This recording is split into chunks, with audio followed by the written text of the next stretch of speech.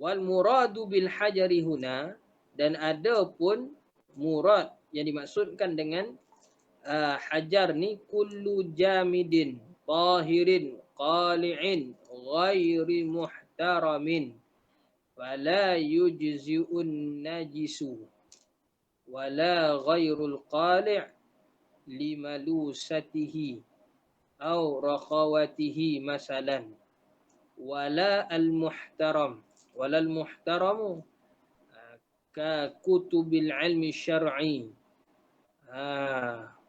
wa alatihi wa mat'um wa alatihi wa mat'um wal mat'um. Contoh, okey, Syekh sebut sini apa dia? Yang dimaksudkan dengan hajar kat sini ni umum. Dia sebut ialah batu, tapi maksud dia tu umum, iaitu apa sahaja benda jamid, makna objek, tahir, yang bersih kat sini, qali' yang boleh mengangkat najis, mana boleh memindahkan najis tu, qali'. Ada setengah kitab dia tulis boleh mengupah najis. Kita pun baca apa kupah ni? Macam kupah buah pula. Rupanya qali' ni makna dia boleh mengangkat najis tu. Ibarat dia bila kita letak batu tu dekat kita punya kemaluan bila lepas buang air tu kan, kita letak situ, maka dia pindahkan, boleh memindahkan najis tu, boleh mencabut, boleh mengupah najis tu. Gitu. Ghairu muhtaramin, mestilah nanti. Mestilah bukan daripada alat yang dihormati. Fala yujzu'un najisu, maka tidaklah sah jika bahan tu tadi daripada najis. Contohnya najis yang dah kering. Memanglah dia objek keras, tapi dia tak boleh pakai sebab dia dah najis. Wala ghairul qali', bukan juga dengan yang tidak boleh memindahkan najis tu, tidak boleh mencabut najis. Seperti mungkin dengan sebab limalusatihi, dengan sebab licinnya ia, ataupun warakhawatihi, dengan sebab kerahnya dia. Contoh licin ni macam cermin, cermin plastik sebagainya lah. Dia tak boleh nak itu. Ataupun benda yang terlampau keras, benda yang terlampau keras yang tak boleh nak angkat najis tu. Contohnya macam batu permata, rakhawah, ataupun kerana kasarnya ia, boleh tak? Contoh macam batu cincin dan sebagainya kan. Ataupun mungkin dia terlampau kasar sangat, maksud dia tak boleh nak angkat najis tu. Rakhawah tu boleh tak? Contoh je apa, macam kertas pasir. Try tengok, sakit okay? Masalah contoh saya kata. Walal muhtaramu, dan bukan daripada perkara yang dihormati. Contoh dia kakutubil ilmi syar'i. Kita ambil kertas ataupun surat khabar ke apa ke yang ada ilmu syarak ditulis padanya, ataupun alat-alat untuk menulis ilmu syarak. Contoh dia kertas kosong, dan biasa kertas tu memang kita tulis ilmu, macam kertas kajang ke apa sebagainya, tu tak boleh. Ataupun menggunakan brus yang kan dulu kan dia nuliskan pakai brus, pakai kayu resam sebagainya tu kan. Digunakan tu memang dah dia kering, memang dia boleh memindahkan najis tu, tapi masalahnya dia tu digunakan sebagai alat menulis, tak boleh. Wal mat'um, dan daripada makanan. Contohnya roti yang dah kering tu kan. Roti yang dah kering, dah sejuk, dah kering tu, lempar kat dinding mungkin boleh pecah. Contohlah roti ish tu. Boleh pakai? Tak boleh. Gitu. Walaupun dia ada bahas lagi. Kalau kata tengok dekat dalam kitab besar lagi, walaupun makanan tu tadi pada hakikat dia dah basi.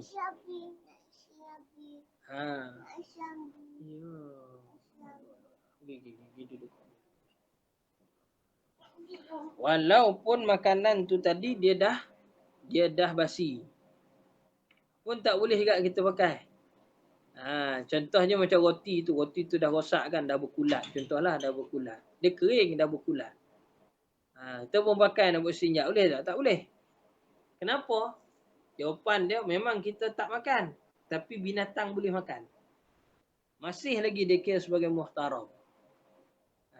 Maksud dia yang dihormati. Al-ma'na anna syuruta ijza' istinja'i bil hajari iza qutusira alaihi samaniyatun. Makna yang dia nak sebut kat sini ialah syarat-syarat nak menggunakan anak istinja' menggunakan batu ni, ataupun dengan maksud kita nak menggunakan benda yang kesat tu lah, ada 8. Baik, kita tengok nota kaki bawah tu. Qala an-Nawawi. Okey. Yajuzul istinja'u bil hajari wa ma yaqumu maqamahu. Harus istinja' menggunakan batu dan apa yang seerti dengannya, yang semakam dengannya. Macam kita sebut tadi, kertas, tisu, sebagainya itulah. Wa huwa kullu jamidin tahirin muzilin lil ain. Qali' ni boleh kita terjemah dengan maksud muzilin lil ain. Maksud dia boleh muzid, dia boleh cabutkan jirim najis tu, maknanya dia boleh pindahkan. Walaisa lahu hurmah, dan bukan perkara yang dihormati. Wala juz'un min hayawan. Nampak tu? Dia sebut. Ni Imam Nawawi dobit lagi lah. Tak silap anda ni, antum boleh buka kat dalam kitab Minhaj ni, ada cerita ni. Matan dia. Matan Minhaj. Wala juz'un min hayawan. Dan bukan daripada juzuk daripada haiwan. Contoh daripada tulang, kuku, gigi, kulit. Itu tak boleh. Sebab dia hormati. Bahan tadi dia hormati. Kalau macam tulang sebagainya tu, dia boleh jadi najis kerana bangkai, bulu contoh. Tak boleh. Okey. Boleh sampai takat tu? Ada soalan? Tak, sambung sikit lagi. Tak ada, Ustaz. Tak ada, okey. Tak ada. Saya sebut lagi. Pertamanya, an yakuna bisalasati ahjarin. Pertama iaitu dengan menggunakan 3 biji batu. Al-ma'na, dan maknanya, annal awwala min syuruti ijza' istinja'i bil hajari. Adapun yang pertama daripada syarat-syarat beristinja' menggunakan batu ni, kaunuhu bisalasi masahatin la aqalla. Mestilah batu tu sekurang-kurangnya ada 3 sudut, 3 muka. Makna dia sebiji batu ada 3 bahagian. Gitu. Kalau kata tisu sebagainya tu, kita boleh bagi 3. Berkoyaklah. Fata'addudul ahjari laisa biqaidin. Adapun berbilang-bilangnya batu tu bukanlah dia dimaksudkan di sini. Maksud dia bukan mesti 3 biji batu. Maksudnya sekurang-kurangnya sebiji yang ada 3 bahagian, 3 muka gitu. Falau masaha bisalasati atrafin li hajarin murattabatan. Dan jikalah dia menyapu tadi, masaha tadi kan, dia bila dia istinja tu kan, dia kena sapu itu kan. Maksud dia itulah sapu itu dengan 3 sudut daripada sebiji batu. Au masaha salasata masahatin bi tarafin wahidin min hajarin wahidin. Ataupun dia sapu dengan 3 kali sapu pada sudut yang sama. Contoh batu tu kan, ada 3 bucu gitu. Bucu yang sama tu tapi 3 kali. Itu. Bi an yaghsilahu wa yanashifahu ba'da inkishaf ni.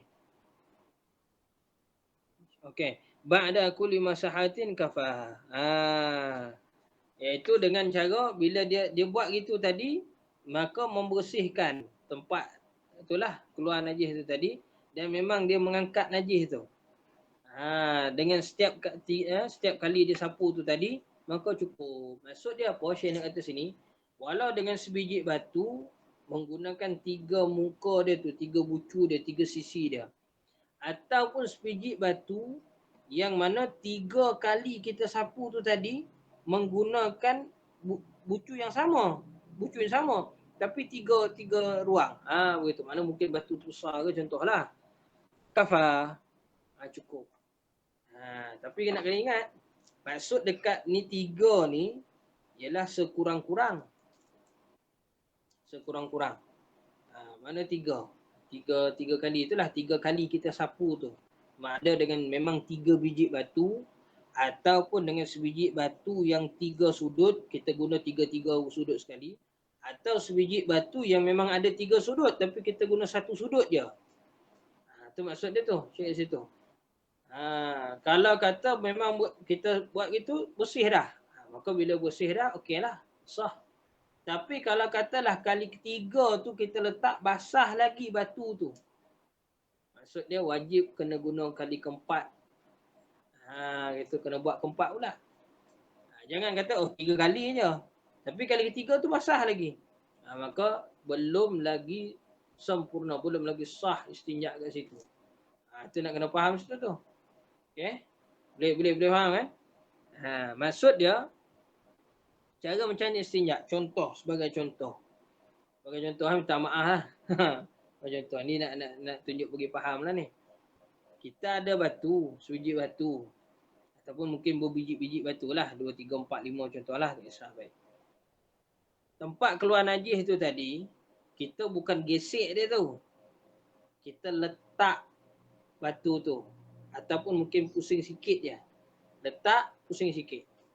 Kalau kata tisu itu nak letak, pusing sikit. Kemudian kita tarik. Kita tarik lah. Guna kat tangan kiri tu kan, kita tengok. Basah. Maka bila basah tu, maksud dia apa? Najis tu belum habis lagi qali'. Dia belum sempurna terangkat lagi. Kita ambil lagi. Guna pula sudut kedua contoh. Kalau batu tadilah, ataupun kalau tisu, ambil tisu kedua. Ataupun letak, tarik. Angkat. Letak, pusing sikit, tarik. Basah lagi. Tapi basah yang kedua ni dia dah kurang daripada yang pertama tadi. Pertama tadi bukan banyak lagi.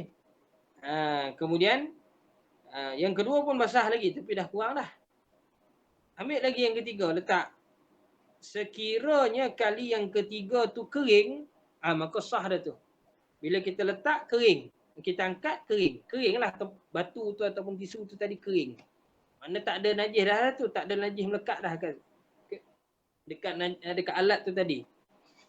Maka kat situ dikira sebagai sah dah kita punya istinja.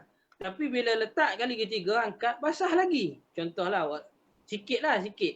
Lagi sikit daripada yang kedua tadi. Tapi masih lagi basah. Maka dekat situ wajib kena guna keempat. Ambil keempat. Bila letak nombor 4, angkat, kering. Sunat ambil yang kelima. Sunat ambil yang kelima. Makna ganjilkan. Ambil je yang kelima, letak je dah. Sebabnya yang keempat tadi dah sah dah. Sebabnya kali keempat tu dah kering. Tapi sekira katalah kali keempat tu masih lagi ada kesan walau sedikit. Najis tadi mana basah tapi sikit sangat. Tapi kita nampak ada lagi. Maka ambil yang kelima tu jadi wajib. Bila ambil yang nombor 5 memang kering dah. Okay? Tapi ambil kelima masih basah lagi. Kena ambil keenam. Macam itulah. Dan seterusnya sampailah kering. Dia mesti cari kering. Dan sekiranya kering tu berlaku pada batu ataupun bilangan yang ganjil, maka stop. Stop lah. Tak perlu ni lagi. Tak perlu teruskan lagi. Tapi kalau kata berlakulah kering tu tadi pada bilangan yang genap, maka sunat ambil sekali lagi. Satu lagi untuk jadi ganjil. Itu. Setakat tu. Boleh? Ada soalan?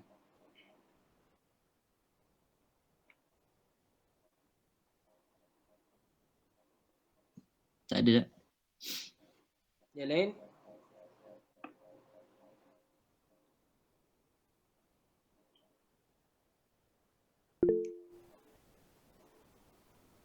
Yang lain ada tak? Tak ada Ustaz. Tak ada. Okay, baik. Syarat kedua, an yunqiyal mahalla, mestilah membersihkan tempat tu. Makna dia apa ni? Mengangkat najis itu tadi. Naqa' ni makna dia bersihlah. Bersih makna menyucikan ataupun menyucikan tempat keluar najis.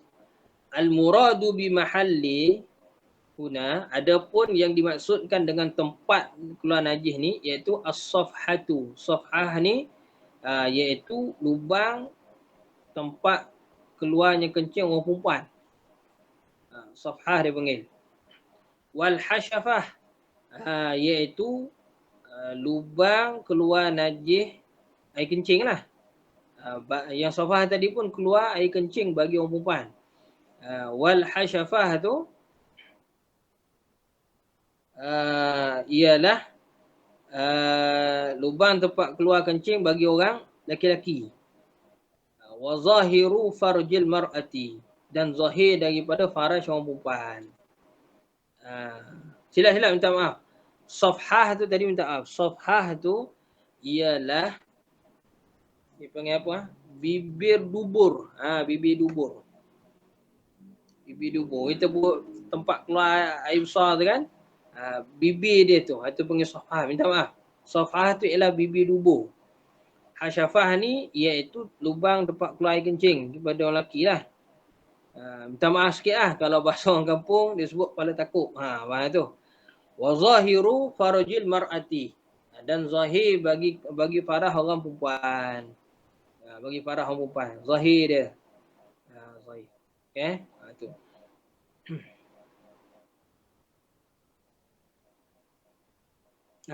Betul dah.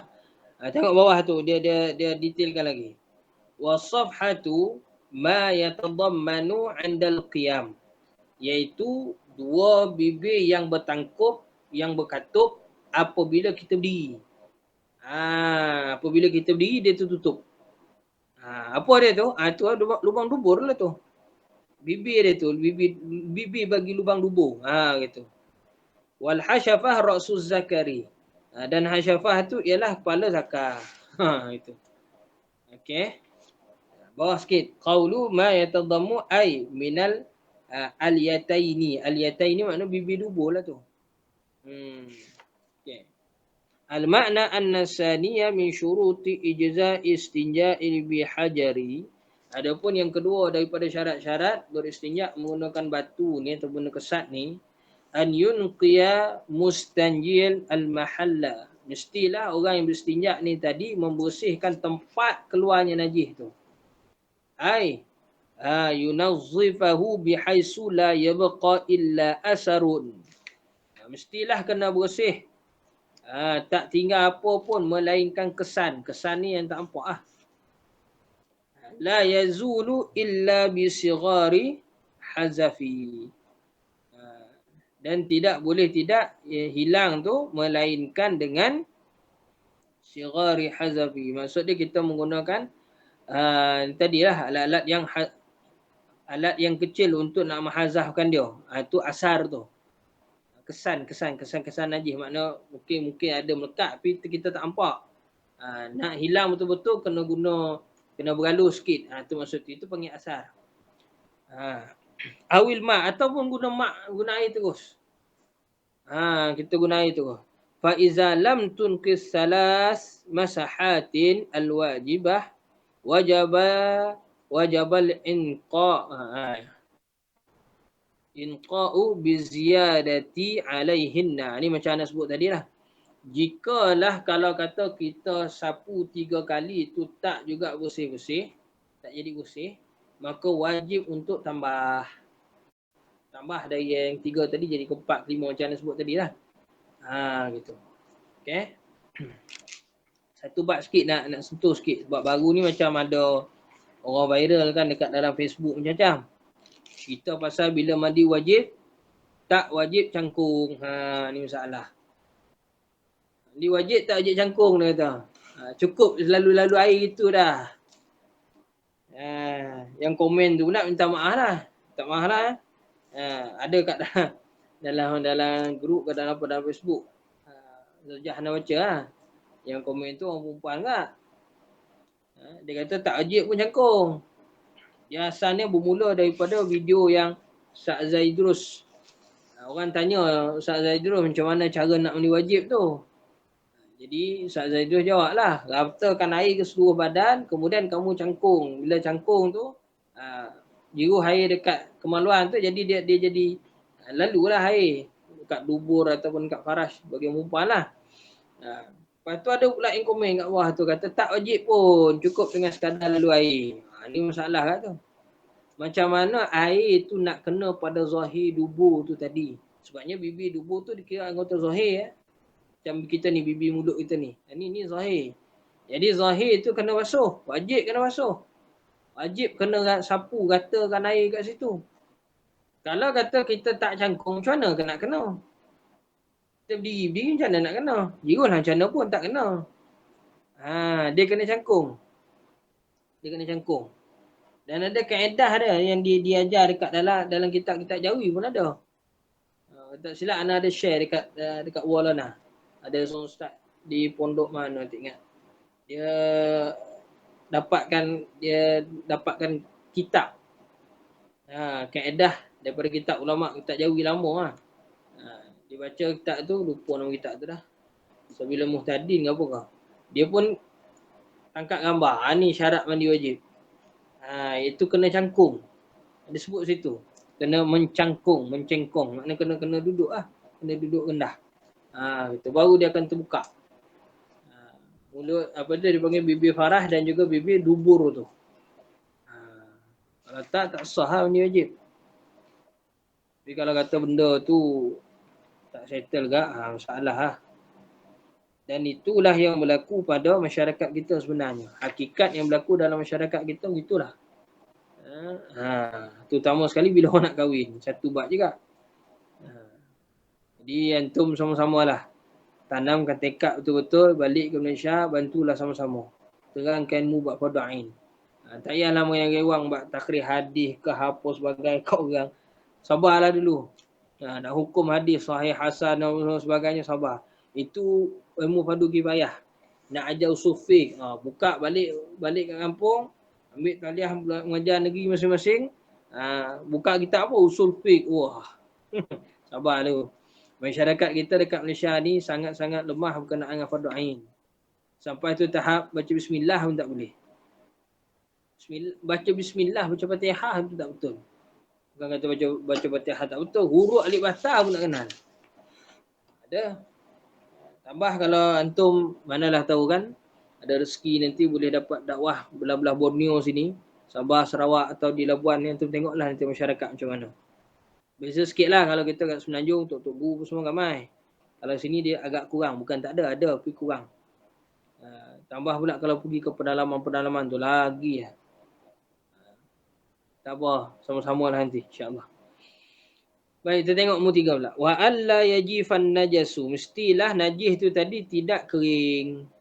Al-makna anna salisa min syuruti ijza istinja'i bil hajari. Adapun syarat yang nak mengesahkan istinja' menggunakan batu atau benda kesat ni, alla yajmadal khariju kulluhu aw ba'duhu bihaisu la yaqla'uhu al-hajaru. Fala budda an yakuna rutban aw jamidan yaqla'uhu al-hajaru. Baik. Apa dia maksud situ? Mestilah najis itu tidak kering. Syarat ketiga dia kan. Kalau kata najis yang keluar tu tadi kering sebahagian atau kering keseluruhannya, maksud dia lepas dia dah buang air tu lama baru dia jumpa air, baru dia jumpa benda kesat ni tadi, baru dia jumpa batu sebagainya kan, dia sebab jalan semua dulu, tak istinja lagi ni.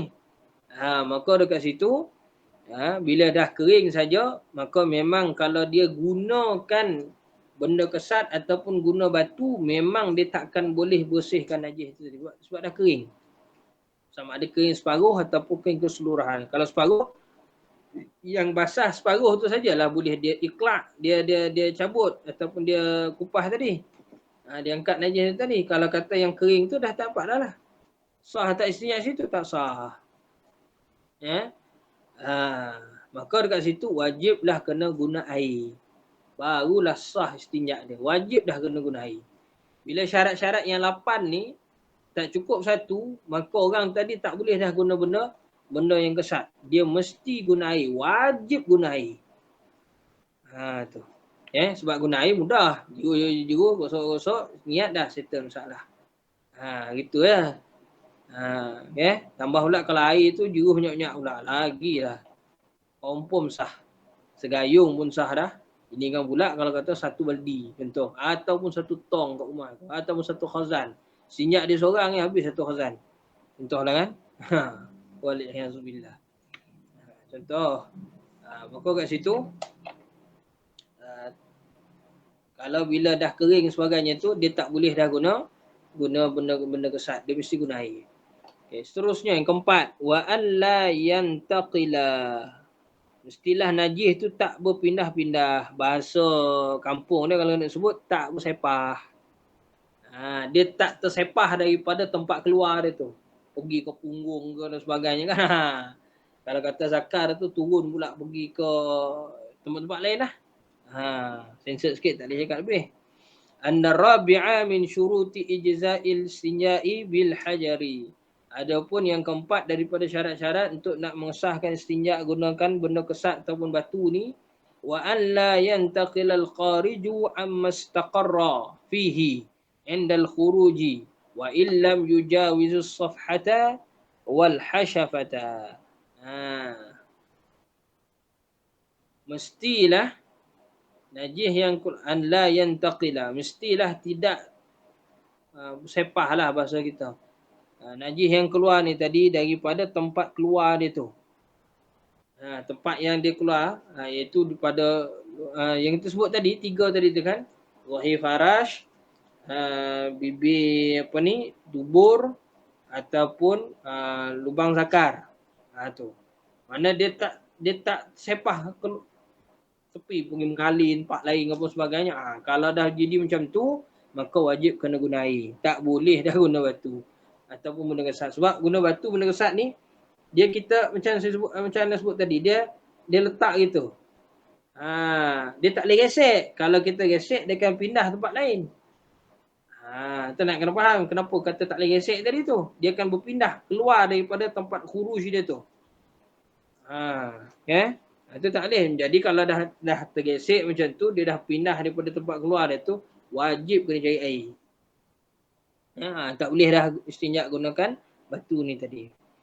Wa an la yatra'a alaihi akharu. Mestilah tidak terkena benda lain kepada tempat keluar najis tu tadi.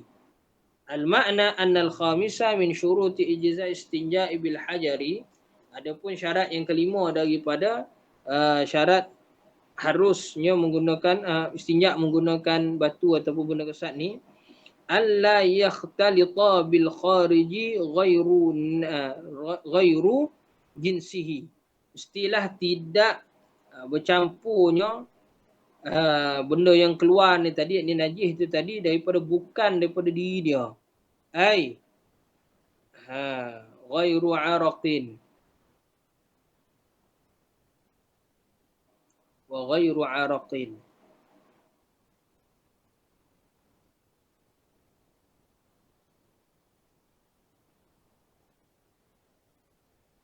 Fa in ikhtalata bihi walau ba'da istijmarihi ta'ayyana al-ma' sawa'un kana mukhalitu rutban kama'in wa baulin am jafan, yakni najasan karausin am tahiran katurabin.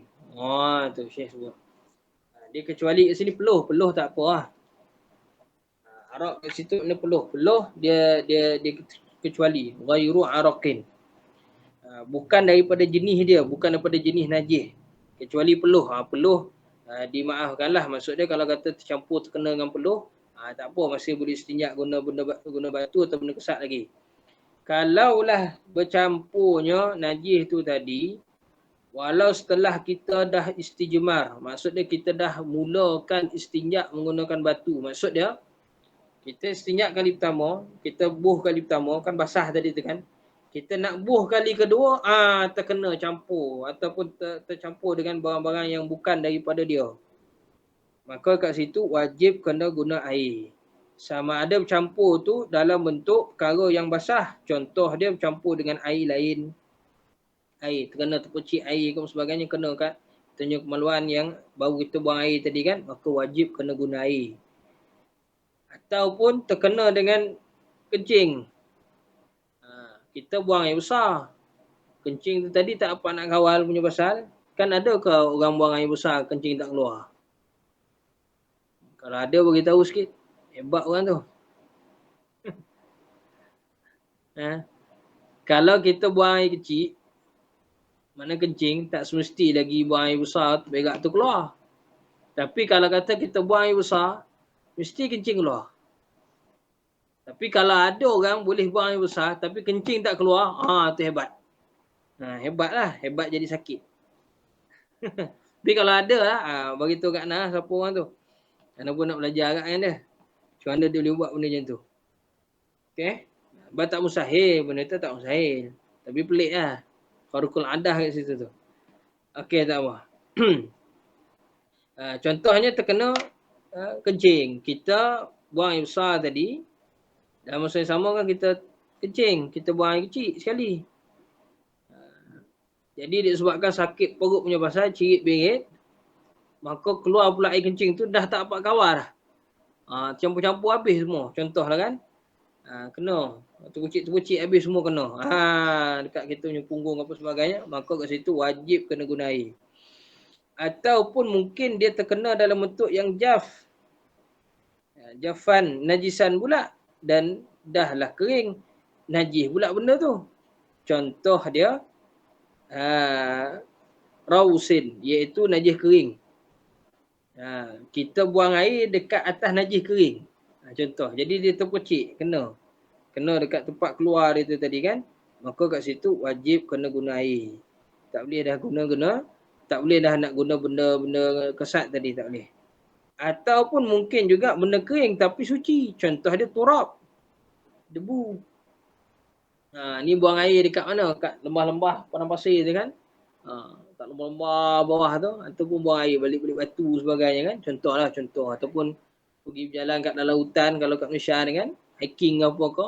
Terasa nak buang air pun pergi kat balik pokok besar ke, semak ke sebagainya. Kebetulan dia punya tanah tu kering. Kita pun buang air kat situ. Naik debu-debu semua tu kena dekat kita punya kemaluan. Kat situ wajib dah kena guna air. Tak boleh dah guna benda kesat. Wa khalafahu ramliyu fil jafi tahiri wa qala bi'adami dararihi. Adapun Imam Ramli kata kalau kena jenis macam debu tadi, maka dekat situ dia tak jadi masalah pun. Maksud dia masih boleh guna lagi benda kesat. Itu khilaf Imam Ramli. Jadi kalau kata dah duduk kat dalam hutan, air tak jumpa sebagainya, buang air tadi, tak tahan nak kencing, buang air, contohlah, naik debu sebagainya tu, terpercik. Debu tu kena dekat kemaluan, contohlah kan. Maka dekat situ, Imam Ramli kata boleh lagi guna benda kesat. Sah lagi guna benda kesat, tak wajib lagi guna air. Khilaf lah tu. Kalau Imam Ibn Hajar kata kena guna air dah, tak boleh lagi dah nak guna benda kesat tu. Sebab dah tak jadi kalau nak guna benda kesat. Dia dah campur-campur. Itu khilaf sikit situ lah. Wa alla yujawiza safhatahu wa hasyafatahu. Ini sekali lagi dia ditakkid balik . Al-makna anna as-sadisa min syuruti ijza' istinja'i bil hajari alla yujawizal ghaitu safhatal mustanji wal baulu hasyafatahu fima iza kana dhakaran wa yazadu alla yadkhula madkhala dhakari fil unsa. Tak apa, kita terjemah terjemah je. Tak apalah, payah sikit pun. Adapun makna yang keenam daripada syarat ni, syarat yang keenam, mestilah tidak melangkaui, melepasi, atau maksud dia tak bersepah lah. Itu yakni aibsa tu safhatal mustanji. Dia maksud dia tak bersepah daripada lubang dubur. Daripada bibir dubur tu safhah. Bibir lubang dubur, bibir dubur tu tadi mana air najis air besar yang keluar tu kan, berak yang keluar tu dia taklah tersepah pergi ke tempat lain, pergi ke punggung ke apa sebagainya. Gitu. Itu syarat dia tu. Dan juga kalau kencing pula tidak bersepah pergi tempat lain melebihi daripada hasyafah. Yang ini lubang keluar air kencing tu. Ini bagi orang lelaki-lelaki. Kalau bagi orang perempuan pula tidak bersepah sehingga sampai ke tempat masuknya zakar. Maksud dia tak sampai ke farash lah. Buang air kecil tu dia taklah pergi ke farash. Begitu.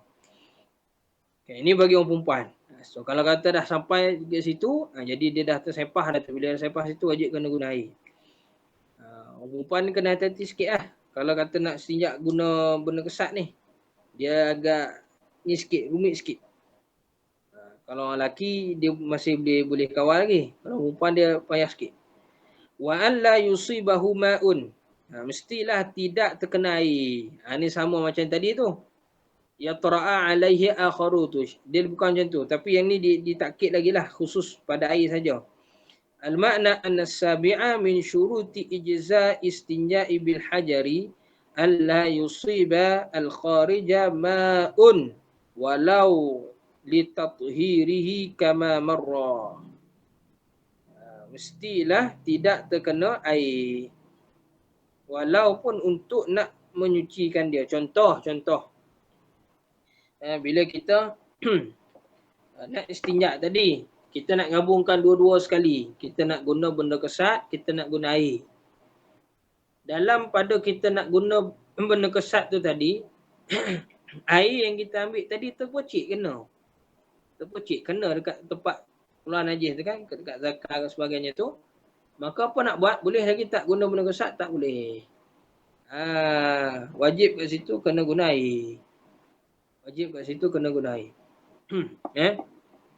Last.